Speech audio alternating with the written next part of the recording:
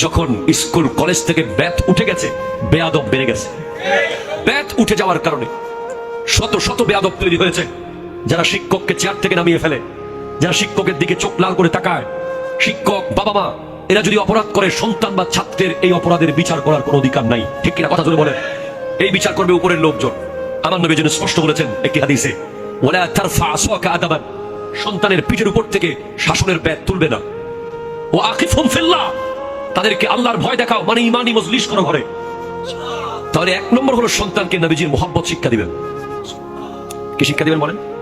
নবীজির মোহাব্বত তাকে জানিয়ে দেবেন, বাবা قل إن كان آباؤكم وأبناؤكم وإخوانكم وأزواجكم وعشيرتكم وأموال اقترفتموها وتجارة تخشون كسادها ومساكن ترضونها أحب إليكم من الله ورسوله إلى آخر الآية। ও আমার কলিজার টুকরা সন্তান, তোর বাপের চেয়ে, তোর মায়ের চেয়ে তোর কাছে প্রিয় হইতে হবে তোর খোদা এবং তোর নবী।